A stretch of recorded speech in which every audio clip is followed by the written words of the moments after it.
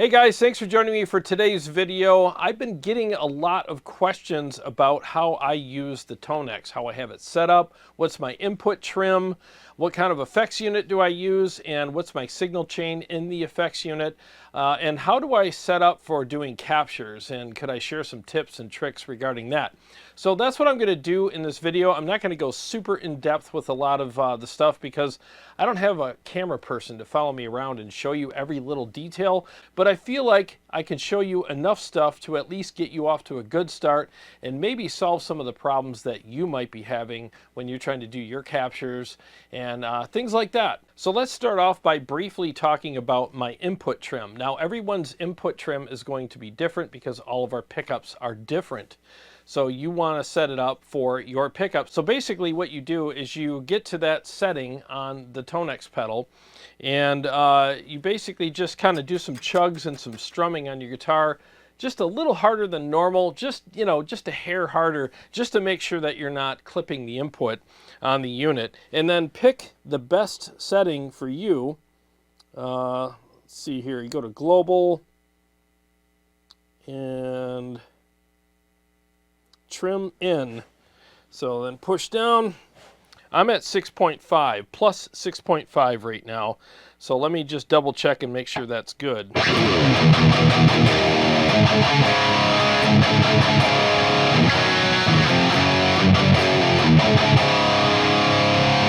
Okay, so it basically says it's okay most of the time. Every once in a while it'll say high, but that's okay with me. I don't really give a shit.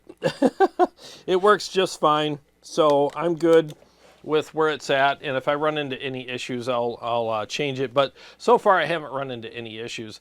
I think I did change it though from the factory setting. I don't remember what the factory setting is, but I think it said that it's set up for single coil. So I was like, well, I don't play single coil, so maybe I should look into that. So I did do some slight modifications with it, but just, I just figured I'd cover that for a lot of people have been asking me. So mine's 6.5. I could probably go down to 6, and it would probably be perfect, but so far I haven't had any issues with 6.5.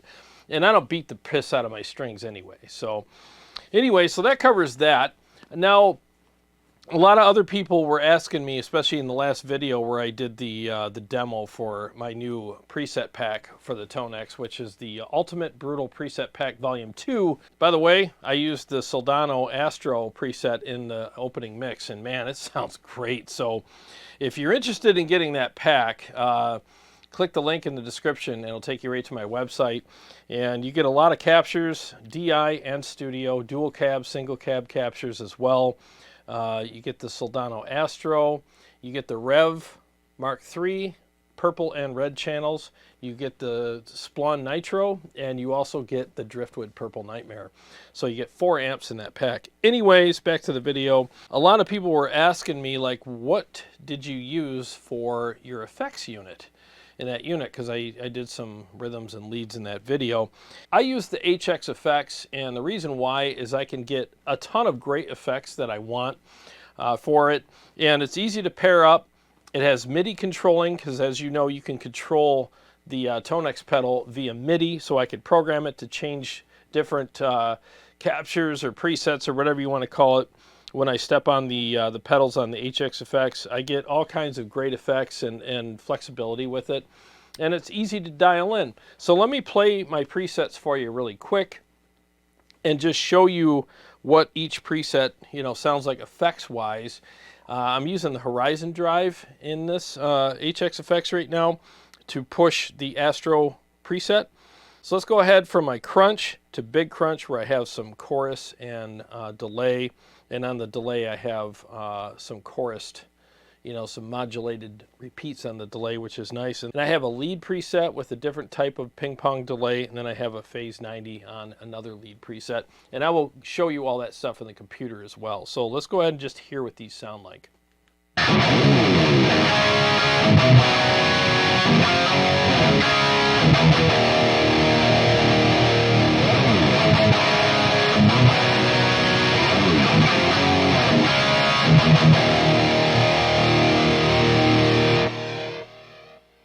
So that's from the dry crunch to the big crunch, and that just sounds incredible. I really love the modulated delay. It's really nice. So let's hear the lead preset now.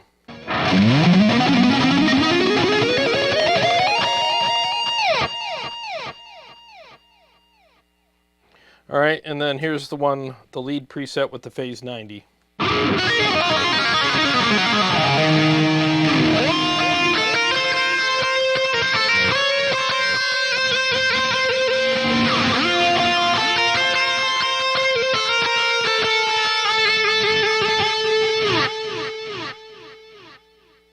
All right, so that sounds really good too.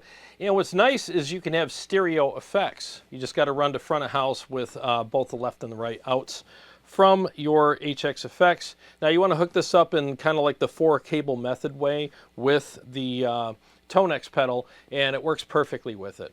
So you're running your outs from the HX effects to the front of house, not from the Tonex pedal, just so you know. And by the way, starting today, I will include this preset for free with this particular Tonex preset pack, which again is the Tonex Ultimate Brutal Preset Pack Volume 2. So when you download that pack, this preset for the HX Stomp will come with it. So let's go ahead and take a look at this preset now. All right, so here I have 4 different snapshots. I have crunch, big crunch, lead, and phase lead. Let's start with crunch. So for the overdrive pedal, I have the horizon drive. Just a teeny bit of gain in there. Usually you do that with digital pedals.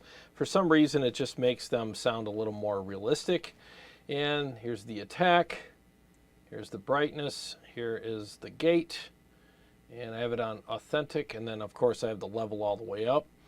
And that's pretty much all I have on here. And then here you go to big crunch. And then you get the mod chorus echo. So here's all my settings for that. I love the chorus on the delay. So check this out real quick again.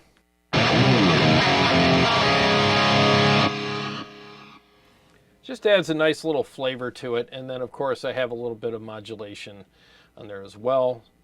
The 4-voice chorus in stereo. Someone was asking me earlier today, I think it was today or yesterday, they're asking like, well, what's your signal chain? Where do you have everything? Well, I typically put my chorus behind the amplifier, which is right here, the effects loop block right here. And I'll show you a tip with that in a second, because I like stereo chorus. So that way I can keep everything stereo after the amplifier. I love the ping pong delays and the stereo chorus, so it just works better for me.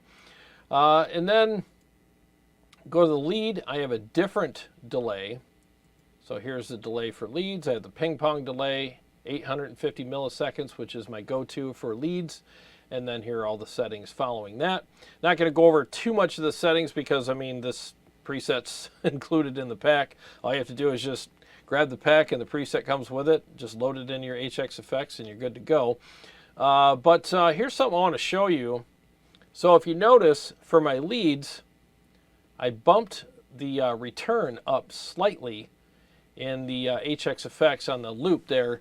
That gives me that little bit of a lead bump, and that's nice to have, because some people have said like, oh, once I max out the Tonex pedal, I don't have anywhere to go. I get it, mine's maxed out too. So this is one way where you can give yourself a lead bump without having to, go beyond what the Tonex is capable of, and this will do that. So just nudge the return side of your effects loop block up a little bit, just whatever you need. I got it at 0.3, but that gives you that lead bump that you need. Okay, so if you notice, if I go back to my crunch, it's at 0.0. So it just gives me a slight bump. Let's see how much of it gives me here.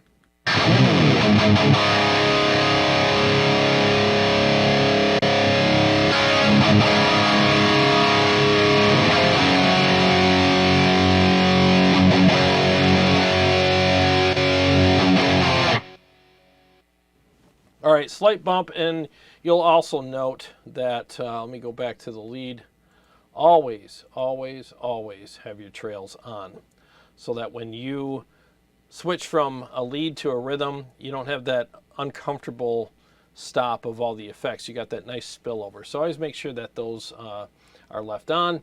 So, and then we'll go to the phase lead. So, here's the phase lead. And same delay, but on this one I have the Pebble Phaser, which I feel like is a little stronger sounding phase pedal than the Phase 90 and the Helix or the HX Effects. I just think this one stands out more in a mix, has a little more stronger voicing, so that's why I went with that. But again, all of this will be available in the preset pack for free when you get the preset pack, starting today, actually. I just thought of this while I was shooting the video, like, why don't I just include this, you know, so that's what I'm going to do. Okay, so that pretty much covers the effects side of things, and just a special note, if you've already purchased this Ultimate Brutal Preset Pack Volume 2, before I made this video and you want the HX Effects preset, just email me. I'll be happy to send it to you. And by the way, thanks everybody who's purchased this pack. I really appreciate it, and I appreciate the kind words and positive feedback on it. It was crazy. I released a video late at night, you know, the ad for it, if you want to call it, and I got up the next morning and I was like, holy shit, there's a lot of orders and a lot of people got it. So thank you guys so much. Very much appreciate that. All right, so to answer your guys' questions regarding how I do the captures, again, I can't go super in-depth, but I'll go as in-depth as I can for you. I'll give you as many tips and tricks as I can on my end. So basically, the one thing that you really want to concentrate on is having proper mic placement. And that's something I've worked on really hard on the channel over the last few years. I mean, you know, some people just literally slap a mic up to the speaker and don't really realize that placement is very, very important. So basically what I do is I take the Shure SM57, pair it with the Royer 121 on a special clip where it keeps them in phase, and I basically put the Shure SM57 right on the crease, so I'm straddling the crease with the middle of the Shure SM57 between the dust cap and the cone, and the Royer is on the outside of that, so it's just on the cone side where it could pick up all the mids, low mids, all the low end, and everything else, and you get this really good blend of great full sound. It's got a lot of thump, and it's got that cut and that sizzle that you want as well. And then you just volume match the mics to get this really good blend between them, and then you start shooting your captures. So that's basically how I do it. Now also something to keep in mind is room treatment. Not everybody's going to be able to treat their whole room and put up like foam and all the crazy stuff that you see in some of these studios. I don't do that. So what I do is, here's a picture of what I have going on around the mics on my Mesa cab anyways. So that thing basically keeps any room reflections from coming back on the microphones, and keeps the sound pretty isolated. And another thing that you can use, and I use it on my other cabs, is, you know, packing blankets. These are super heavy and thick and dense, and these will block out all the room reflections as well. And because of my room here and the way I have the cab set up, I actually have them right underneath the shelves, as you can see. So I can literally just kind of clip the blankets right to the shelf and let them drape, and they you know, they're folded in half, so they're even, you know, 2-ply at that point, and they block out any room reflections by doing that as well. All that stuff's really important. Make sure your mics are in phase, make sure they're in the sweet spot, and make sure you're using good mics. Like, you know, this whole like single mic SM57 thing, I mean, I just don't go for that. If I was buying presets from anybody and I saw SM57 and that's the only mic they used on it, I take a hard pass on that, because in my opinion, that's completely phoning it in. I would not do a basic bitch setup like that. No offense to people who are just at home hobbyists doing it. Fine, I get it. You're not going to buy a $1,300 Royer to pair with your SM57. I get it. I'm just talking professional level here. If you're going to be selling presets or captures or whatever on a marketplace or on your website or whatever, and you're just only using an SM57 to do those captures with, I just think that that's kind of shitty. You know, it's pretty phoned in, and you should be pairing it with other microphones so that you can get the full spectrum of sound off of the cab. So to each their own, but I just don't do things that way, and I'm not trying to like pat myself on the back or anything like that. I'm just saying that that's This is how I do it, and this is why I do it.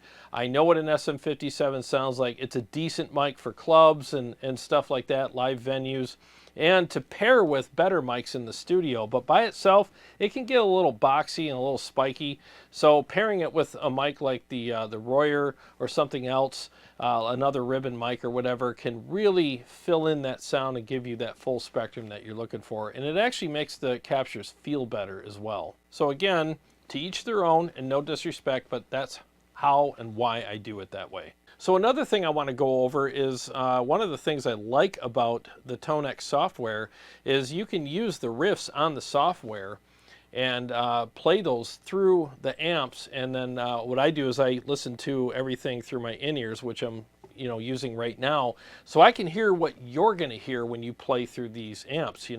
I'm not listening to the amp in the room, I'm listening to how it's mic'd. So I'm monitoring that, and I'm like, okay, where's the sweet spot? Oh, it sounds perfect here, and I'm listening through these, and I'm like, there it is. That's what I'm looking for, making sure the mics are in phase, making sure that the levels of the mic are where I want them. And I let it rip at that point, and it's nice to have the software do all the work for you. Regarding the guitar playing, I can literally just hang my guitar up on the stand and not even have to use it when I'm dialing stuff in, because again, the software plays the riffs for me, and I can concentrate on listening and mic placement. I can walk around and, you know what I mean, I can walk up to the cab and move things while I'm listening, as opposed to, what am I going to do with my guitar? I got to hold a chord, and it's just so nice to be able to use the software for that. And then before I shoot it, maybe I'll do a couple chugs, couple riffs, and make sure everything sounds good with the guitar too. But for the most part, the software is very handy in that way. Okay, so speaking of the software, on the front end, it's great using it to run the riffs through the amps and check everything in your in-ears and your headphones and all that kind of stuff, and it's really handy. But make sure you don't count on the software when it comes to checking the captures. Okay, so you have to check it with the software on your computer, like when it's done doing the capture and you rendered it, and you want to play the riffs on the computer through it just to make sure everything sounds like it should. So if it sounds good, then after that, keep your Tonex pedal hooked up to your computer via USB. Just drag and drop it in the pedal real quick and plug into your Tonex pedal and play it real quick. Because, man, there's been times where the capture sounded amazing through the software riffs on the computer. Everything sounded great, but then I'd load it in the Tonex and play it, and I'm like, it sounds like, it just felt terrible, and like there were times that it actually sounded like the speakers were being sucked back into the speaker, the speaker casing when I was playing through it, and I was like, what the hell's going on? I had this weird compression, and on the computer through the software riffs, it sounded fine. So always test them on the pedal when you're done before you upload those, sell them, share them with your friends, or use them yourself. That's the final test. I test every single capture before I upload it to my website through the Tonex pedal. I don't just rely on the computer and the software in it to do that, because again, it can trick you. And I'm not saying they're doing anything deceptive, but there's something about listening to it on the computer and comparing it to real world situations, i.e. the pedal, and playing through it for real with your guitar. And that's really the final test. I just use the computer to test the captures to make sure that there's not anything weird about them, like phasing, or sometimes you get a weird one and you're like, what the hell's up with that? And you just got to scrap it and start over. I mean, why bother testing that in the Tonex pedal? But if it passes that test, well, then you upload it. You just drag and drop it into the pedal and do a quick couple riffs on it, make sure everything sounds and feels right on it then. And then it passes all the tests, and then you can use it or sell it or share it or whatever. So I just wanted to make sure I told you about that as well, because that's very important. And again, I've actually experienced that many times, having it sound great on the computer but not on the pedal. And that's really the true test. All right, so let's go over to the computer and I'll show you what to look for on the screen regarding the Tonex capturing software and how I set up my interface. All right, so here's my Focusrite interface. Here's the input settings. Here's the output routing. So basically, I have custom mix for my monitors, playback 1 and 2 right here is fine. But here's where it gets tricky. So I had to write myself a note here. So anytime I do captures, I actually have to change this setting right here. And I can't change it or else it's going to screw up my recording that I'm doing right now. But this is for shooting captures with the Tonex software. So I just go to line outputs and I go to custom mix, click on that. And then I change this to 3 and 4, playback 3 and 4. That's basically how I have to do it. And that's how I do my setup for my interface. Now everybody's interface is different. If you have a Focusrite like I do, this is how I had to set it up. I don't know if that's just specific to my computer or what, but that's just how I have it set up for what I do. All right, so for the Tonex software, this is basically how I have it set up. I'm sure you guys have seen all this before. So I always do guitar, and then if I'm doing a studio capture, it's amp and cab. If I'm doing just the amp alone, I'm doing just the amp here. Or I haven't done this yet, but I'm going to do some stomps soon. But let's just go with amp and cab for now. So this is how your screen should look if you're using the same setup as me with the Focusrite. You know, your Focusrite should be here. Now you can set your guitar to be input 1 or 2, doesn't matter, but I just have it set up this way. So if this helps you, take a screenshot of this if you're watching on the phone or whatever, and you know, compare this to what you have going on. And you know, you go to the next screen here, there's your input level. And then of course the mic input level. Now my mics are paired and they're through a mixer, so it's all coming in on one, you know, one line here. And here's where you pick the different riffs. Now I hate this one. I hate it. It just sounds really sloppy and horrible. I usually go with Rider or I think Rusty to test things out with, and then I get you know, a good level from that. And then I'll double check it with the guitar, and then I just go here and hit capture, and I'm off to the races, and that's how it works. Now, one other thing you're going to need when you're doing captures with the Tonex software is a reamp box. Now, they make one that actually works pretty well from what I hear. I haven't used it, but I'm sure it's a very good unit. Now, I went with the Signal Art. My friend Jay Croft actually turned me onto this, and I'm glad he talked me into it because this is freaking awesome. I think Glenn Fricker reviewed this too. They're made in Canada. And the one thing that I really like about this one is, I know I'm kind of far away from the camera, but there's an actual knob on here that you can actually turn up the input that's going into the amplifiers. And it really helps the amplifiers react a little better to the signal that's going into them. And I really like that a lot. And just the only thing you got to do is make sure that you turn it down when you're doing cleans. Otherwise, your cleans are going to sound like they have a little bit of breakup in them. And I actually did that on one of my first capture packs. I was like, why are these cleans? Because I tested them. I'm like, why are these cleans so dirty? There's a little bit, do I have an overdrive? No, there's no overdrive on it. It just sounds weird. And I'm like, oh, I forgot to turn the volume down on the thing. So I had to reshoot those. So yeah, it's been a fun journey. But this really does help. It actually gives the amps a little more push. And I can't wait. I can't believe I'm giving away this secret because this is one of the things that makes, I think, my captures sound different than everybody else's. And I got that little, this is my secret sauce here. I actually get that little extra push on the input of the amplifier. I'm not going to tell you where I put the knob, but I put it somewhere and I found a sweet spot. And it really helped out with making these captures good. So that's something that I would get. But if you want to just get, you know, something where you don't have to worry about a knob or anything, you can get any reamp box and they'll do a pretty good job. I mean, I know there's differences between them, but I went with this because I have options and I could do different things with it. So that's why I went with it, and I'm really happy with it. So here's another thing that you want to think about when you're doing captures. Think about this. The Tonex software is great. It does a very good job. I mean, it's awesome. It's very accurate, but it's guessing. You know, it's almost playing Battleship with your amps. It's like E6? No, that's a miss. E7, hit. Oh, okay, you know. So it's guessing with like the gain, the low end, and everything. It's not going to 100% nail every single aspect of the amplifier perfectly all the time. Now, there are times that it will, and then there's times where, like, okay, I'll give you an example with this recent pack I just released with the Astro. Oh my God. So I shot all the Astro captures, and I don't know what happened, but when I tested them, I was like, why are they so mushy? I mean, it was like mush and like really weird. And I'm like, why? It doesn't, the amp does not sound like that when I'm playing through it. I had the in-ears in, I'm doing the, you know, the riffs, I'm playing the riffs on the computer through it. And I'm like, this sounds perfect, but the capture just sounded like pure dog shit. It really did. It was really mushy and really weird. So I was like, you know, what do I do? How do I fix this? So it was playing Battleship with the amp. It was just guessing that where I had the gain, it just made it kind of mushy.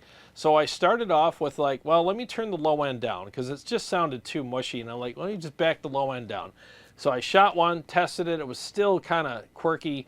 And then I was like, oh, I know what it is. It probably, because I had the gain cranked on the red mode and the purple mode, because that's kind of how I like it. And I wanted to capture that.